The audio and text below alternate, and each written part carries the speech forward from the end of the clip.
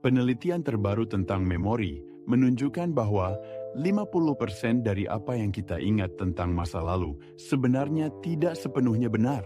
Kita sering membuat cerita tentang masa lalu untuk membenarkan keyakinan bahwa kita tidak bisa berubah.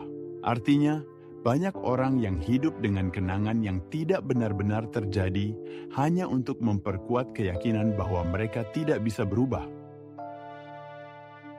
Nah, pentingnya hal ini adalah bahwa di mana kita menaruh perhatian kita, disitulah energi kita berada. Semakin kuat emosi yang kita miliki terhadap suatu masalah atau seseorang dalam hidup kita, semakin banyak perhatian yang kita berikan kepada mereka. Dengan kata lain, kita memberikan kekuatan kita kepada orang atau hal tersebut karena mereka menarik perhatian kita. Setiap orang atau hal dalam hidup kita yang kita beri perhatian, energi kita terhubung dengannya. Ketika seseorang memutuskan untuk mendefinisikan diri mereka berdasarkan visi masa depan daripada kenangan masa lalu, bagian tersulitnya adalah menjadi sadar untuk tidak membuat pilihan yang sama secara tidak sadar.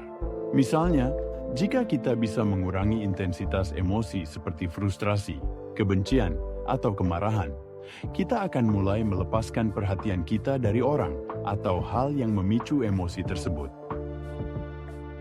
Ini berarti kita mulai memutus ikatan energi dengan mereka dan mulai mengambil kembali kekuatan kita. Ketika kita mengambil kembali energi kita, kita mulai membangun medan elektromagnetik yang lebih besar di sekitar tubuh kita.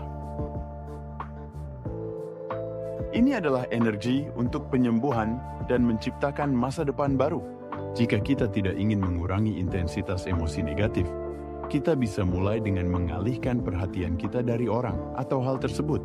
Setiap kali kita mengalihkan perhatian, kita akan merasa lebih bebas dari emosi negatif itu.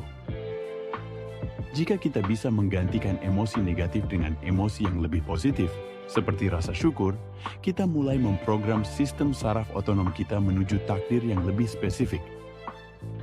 Perubahan ini membutuhkan latihan, karena kita sudah terbiasa dengan emosi negatif. Tapi begitu kita mulai merasakan bahkan sedikit rasa syukur, itu adalah tanda bahwa kita sedang menerima sesuatu yang baik dalam hidup kita, seolah-olah hal baik itu sudah terjadi. Jika kita terus mempraktikkan perasaan ini, tubuh kita mulai hidup dalam realitas masa depan yang positif di saat ini.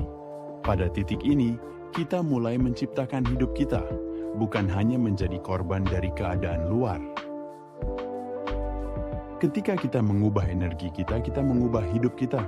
Setiap kali kita mengatasi diri kita sendiri, kita semakin dekat dengan menjadi orang yang lebih baik, dan kita mulai merasakan cinta diri yang sejati, bukan berdasarkan kesenangan atau benda materi, tetapi sesuatu yang kita kembangkan dari dalam diri kita.